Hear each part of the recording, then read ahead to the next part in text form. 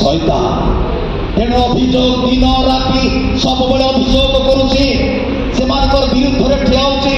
କିନ୍ତୁ ଆଉ ଜଣେ କହୁଛି, ପ୍ରଭୁ ଦୀର୍ଘ 3 କୋଟି 10 ବର୍ଷ ହେଲାଣି, 70 ବର୍ଷ ହେଲାଣି, ପ୍ରଭୁ ଦୟା କର ପ୍ରଭୁ।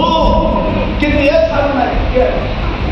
ଶୈତାନ ଜବରଦସ୍ତି ଧରିଛି, ସେମାନେ ମୋର, ଯେହେତୁ ସେମାନେ ମଳିନ ବସ୍ତ୍ର ପିନ୍ଧିଛନ୍ତି, ତେଣୁ ସେମାନେ ମୋର ଅଧିକାର ଅଛି, ମୁଁ ସେମାନଙ୍କୁ ମୋ ହାତକୁ ନେବି। କିନ୍ତୁ ଜଣଙ୍କର ଅନୁରୋଧ ଚାଲିଛି, ପ୍ରଭୁ ଦୟା କର। କେବେ ଦୟା କରିବ ପ୍ରଭୁ, କେବେ ଦୟା କରିବ ପ୍ରଭୁ? 70 ବର୍ଷ ହେଲାଣି। କେତେ ବର୍ଷ ହେଲାଣି? ଆଚ୍ଛା, ଏବେ କ'ଣ କରିବା ପାଇଁ ଯାଉଛନ୍ତି ପ୍ରଭୁ ଦେଖନ୍ତୁ।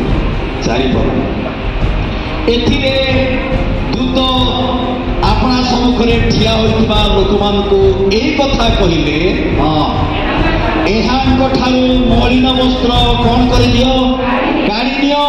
ପୁଣି ତାଙ୍କୁ ସେ କହିଲେ, ଦେଖ ଆମେ ତୁମର ଧର୍ମ ତୁମଠାରୁ କ'ଣ କରାଇଲୁ, ଦୂର କରାଇଲୁ। ଆମ୍ଭେ ତୁମକୁ ବହୁମୂଲ୍ୟ ବସ୍ତ୍ର କ'ଣ କରିବା, ପିନ୍ଧେଇବା। ହାଲେଲୁୟା। ସମସ୍ତେ ଟିକେ କରତାଳ ଦେବା।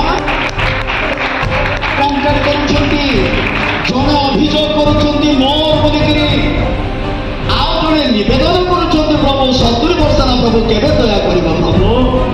ପ୍ରଭୁ କାହାର କଥା ଶୁଣିଲେ? ପ୍ରଭୁ କାହାର କଥା ଶୁଣିଲେ?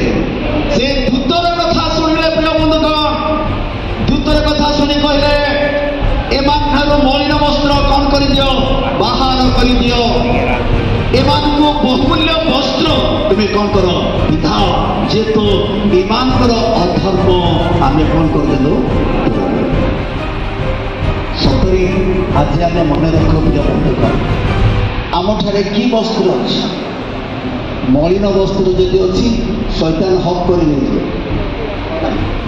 ସେଇବେଳକୁ କହିବ ତମେ, ପ୍ରଭୁ ମୁଁ ଯାଇଥିଲି, କେତେ ଗୀତ ଗାଇଲି, କେତେ ପ୍ରାର୍ଥନା କଲି, କେତେ କ'ଣ କଲି ପ୍ରଭୁ, ଗିର୍ଜାଘରକୁ ଯାଇକରି ବର୍ଷ ବର୍ଷ ଧରିକିରି କରିକିରି ଆସୁଛି, ଏତେ ଥର ଚାନ୍ଦା ଆଦାୟ କରୁଛି, ଏଟା କରୁଛି ସେଟା କରୁଛି। ସମ୍ପାଦକମାନେ କହିବେ, ବାବା ପ୍ରଭୁ ଆମେ ଏତେ ଲେଖିକିରି ପଢ଼ି ଶୁଣଉଛୁ ପ୍ରଭୁ, ଆଉ ତୁମେ ଆମର ଯାହା। ଯଦି ପ୍ରିୟ ବନ୍ଧୁଗଣ ମଳିନ ବସ୍ତ୍ର